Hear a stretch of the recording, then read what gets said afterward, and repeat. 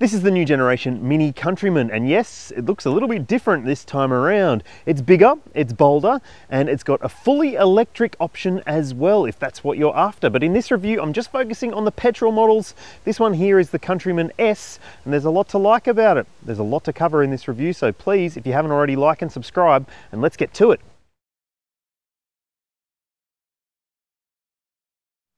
Let's talk about specs, baby. Let's talk about the new Mini. Sorry about that. All right, we're talking about the Mini Countryman specs in this section. There are a few different takes on this theme, and look, I'm just covering off the petrol-powered versions of this model range. There will be a fully electric model coming towards the end of 2024, and I reckon it does seem to stack up pretty well already based on the price that's offered for that range. Now, we'll talk about the petrol model. There are a few different ideas here for you to consider. So the Countryman C is the entry-level version. It comes with a turbocharged petrol 3-cylinder engine and front-wheel drive, but if you want or need a 2-litre turbocharged petrol engine and all-wheel drive in your life, you're going to have to step up to the Countryman S, which will add something in the region of $10,000 across the entire model line. And then there's the sporty one, the JCW, which costs even more and has even more grunt. So it might be right for you if you are after a performance-focused SUV. But look, I think that there's a lot to consider when it comes to the different model trim lines you can get in this vehicle as well. There are 3 specific grades that you can pick from across each of the different lineups, I guess you'd say. And this one here is the Mini Countryman S in the Favoured version. And look, I think it looks bloody fantastic, especially with these big 20-inch windmill wheels. And yes, 20s on a Mini Countryman does seem excessive. But all versions come pretty well equipped when it comes to what you are getting as standard. Things like LED lighting and daytime running lights on the outside, decent size alloy wheels across the entire range. You can choose different two-tone color combinations or a single tone if that's what you want. And look, that's the thing about this model lineup. There's plenty of customization, and I'm not going to dive too deep into the different themes that you can pick with this vehicle, because honestly, it's easier if you just go to the Mini Configurator website and see for yourself, because there are literally thousands of different combinations that you could choose from. And yeah, I think that's one thing that makes the Mini Countryman stand out against some of its rivals. Now, let's talk about some of those alternatives, because there are some good ones out there. Okay, so if you're not quite sure whether the Mini Countryman will be the right fit for your lifestyle, I've got some alternatives you might want to check out. Firstly, the Cupra Formentor. Now, it comes with a choice of 4 different powertrains, including a plug-in hybrid model. There is no EV version, but the plug-in hybrid is about to be updated with 100 k's of EV range, so that could be the EV that you need anyway. Now, the Formentor is a fantastic option, a little bit bigger than this car, but it looks fantastic. It's got plenty of practicality, and I love the way it drives. So it's one that I would recommend if you are considering something around this kind of money and you want something that is a little bit different to everyone else. Now, there's also the BMW X1, which shares a lot with the new generation Mini Countryman. The X1 is really, really nice to drive. It's very, very practical, and look, it might not necessarily suit your budget depending on which part of the Countryman range you're shopping in, but it does seem to stack up really well. There's an iX1 electric version as well, if that's what you want and if that's what your budget can justify. And finally, talking of budget, hear me out on this one. I reckon you should go and have a look at the Skoda Kamiq.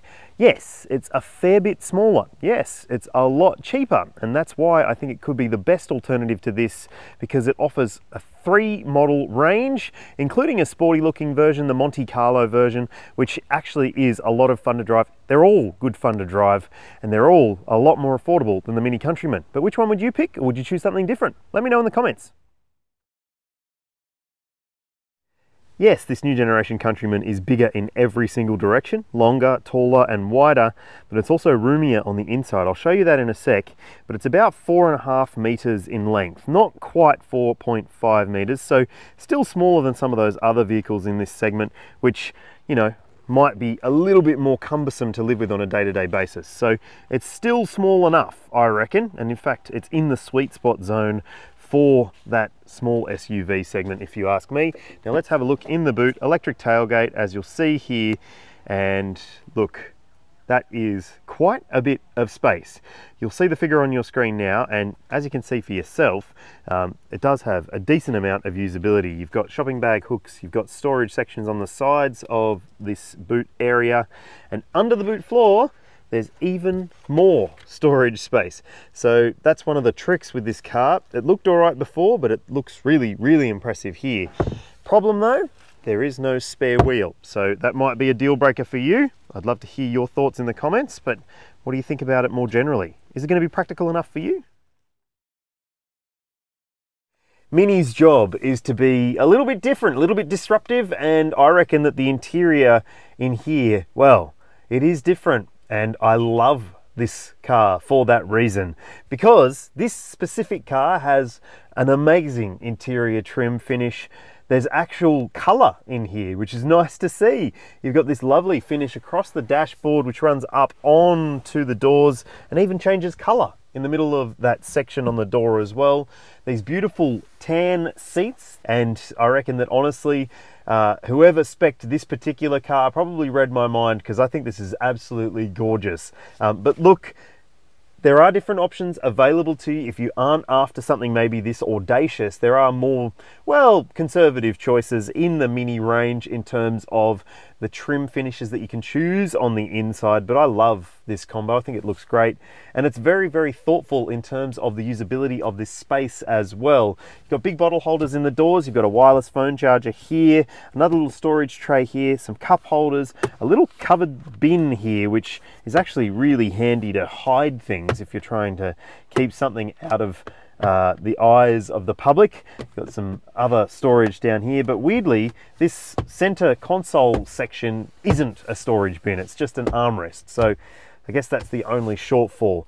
Now when it comes to the design of this dash, obviously there's a big circle in the middle of it, and it's not the steering wheel. This is your 9.4-inch OLED touchscreen media system, and it is, well, interesting.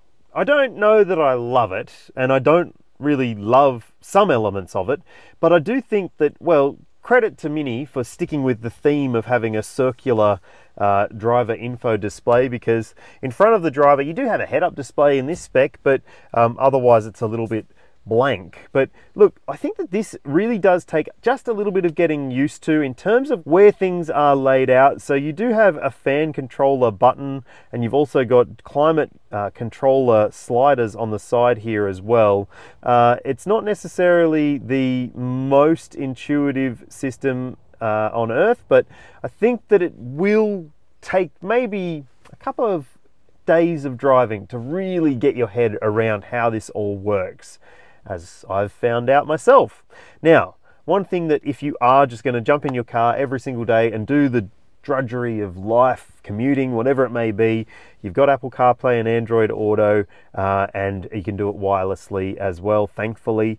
And there's also a bunch of different menus available to you. There's built-in sat-nav in this spec. Well, the display and the responsiveness of the screen is actually really, really good, and you will enjoy it if you get to terms with it pretty easily. There's slide-up sections for your shortcuts if that's what you want to get to, and there's also slide down sections so you can adjust some of the critical elements to this car if you want to. So honestly, there's a lot to go through in that screen, and I really thoroughly recommend that if you are considering this car, you go sit in the car and get a bit of a tutorial from the person in the showroom, because you won't regret it. I'll also just point out that this right here is your gear shifter, and you've got a park button there, and if you're wondering where you turn on the engine, there's no push button, it's actually a twist starter. So love it, gives it a little rev every time you start too. Now, one other thing I just want to call out before I jump into the back seat and show you what it's like, you do have this thing called experiences, so you can adjust the theme on the screen. So let's put it into timeless and see what happens. It'll change to a different kind of theme, and that looks obviously more like a conventional style display, and you can adjust. There's a fair few of those: timeless, personal, balance, trail, green, core, go-kart, and they all have a little musical theme. you. Yeah, so I reckon that it's a bit of fun. That's what Mini's known for, and it does certainly have the wow factor going on when it comes to the front seat experience. So let's jump in the back and see what it's like. If someone asked me to describe my size, mini is not one of the words that would come to mind. I'm 182 centimeters, or 6 foot, and this seat is set for my driving position. And as you can see, I've got a little bit of knee room, a decent amount of foot room, and heaps of headroom. That's one of the things that the Countryman has always had, is good headroom because of its boxy design. And this generation version, well, it continues the theme. It's pretty spacious back here. I mean, fitting 3 adults across the back will be a bit squishy, I would say. It's not necessarily the widest cabin, and you do have a bit of a tunnel intrusion here that might get in the way of your foot space if you do try and fit 3 adults in the back.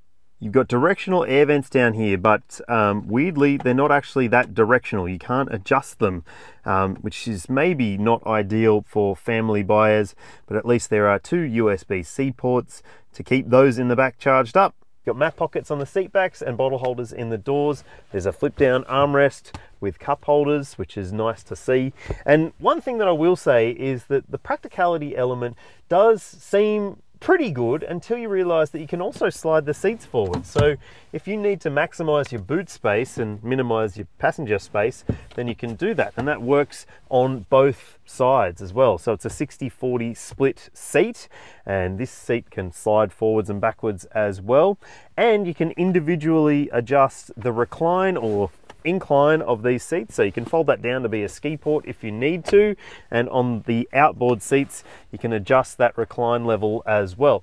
I will just add though that the middle seat belt comes out of the ceiling behind the seats, which maybe isn't ideal. Now you've got ISOFIX points in the window seats and 3 top tether points as well, so to me it stacks up really well for a smaller family SUV, and if you have a small family, it could be a really good pick.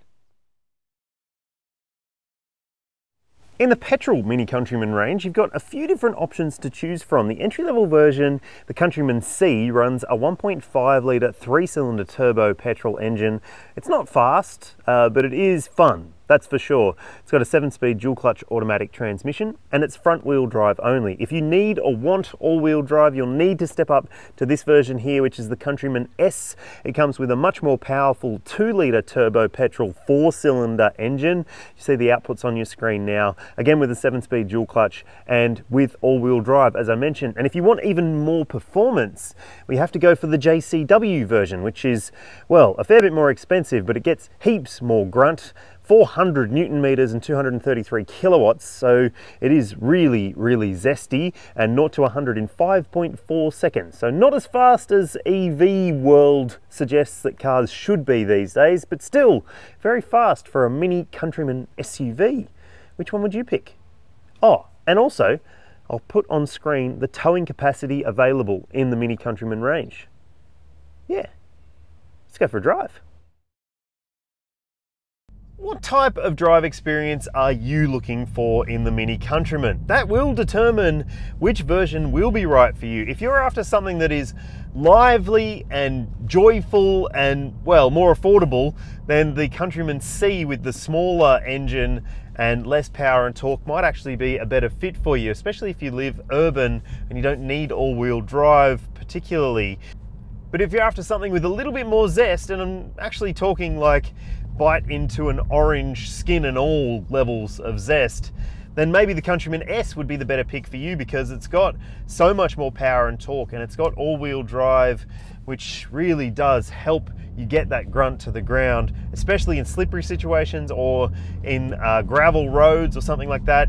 This really does do the job. Although, you know, the 20-inch wheels with the low profile tires might not be the best pick if you are going to go gravel road exploring, but if you're on a slippery road like I'm on now, those tires come into their own. This is a very nice handling little car.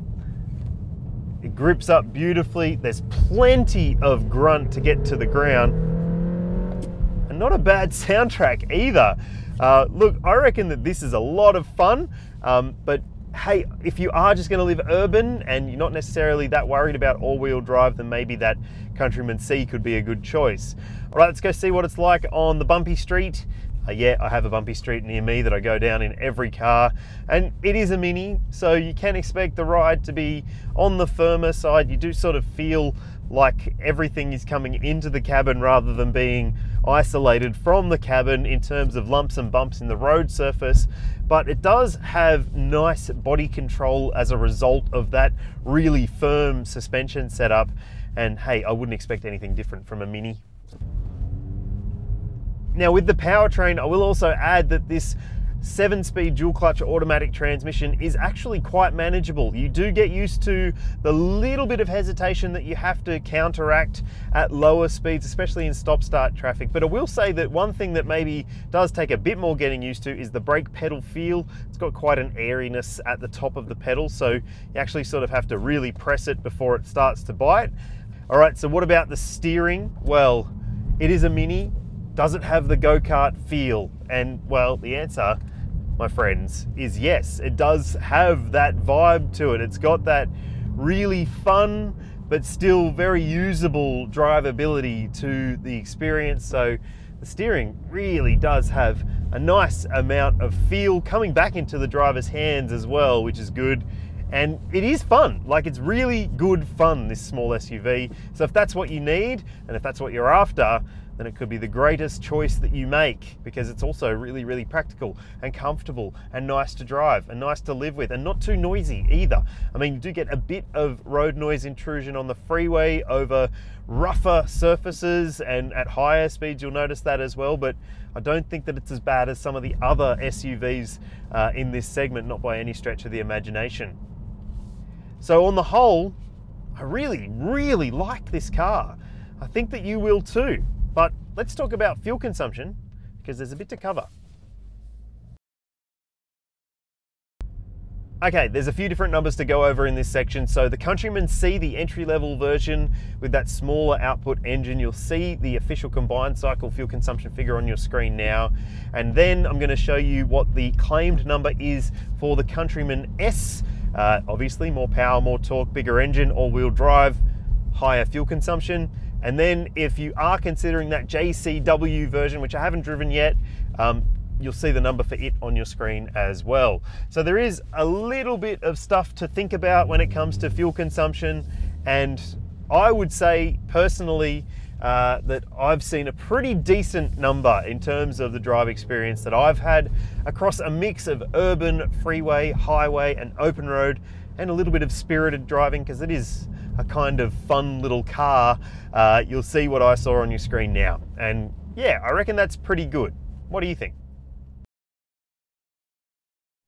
At the time I'm filming this, early May 2024, there is no ANCAP or Euro NCAP safety rating for the Mini Countryman, but it does come pretty well equipped when it comes to the safety technology and equipment across the range. You get things like autonomous emergency braking with pedestrian and cyclist detection, there's a lane keeping assistance feature, blind spot monitoring, rear cross traffic alert, rear collision prevention, there's also front and rear parking sensors, a reversing camera, and a few other features beyond that. And if you step up to higher spec versions, you also get adaptive cruise control, which you don't get on the base model, which is a bit weird.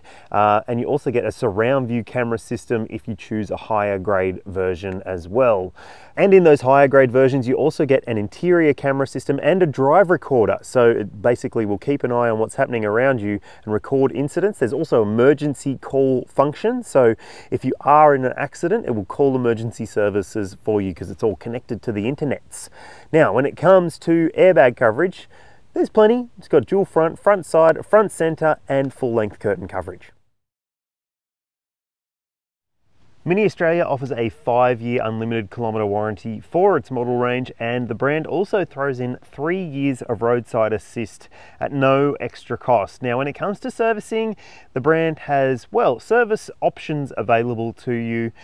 You can prepay for a 5-year service plan. Now, the car will tell you when it needs a service. There are no set service intervals, but you can bank on it being every 12 months or every 10 or 15,000 Ks. And look, the 5-year 80,000 K service package, you'll see the pricing for the non-JCW models on your screen. And if you do decide that the JCW Sporty one is the one that you need, then it's a little bit more expensive to maintain. But even so, for a premium brand, I reckon that's pretty good in terms of servicing and ownership costs, don't you reckon?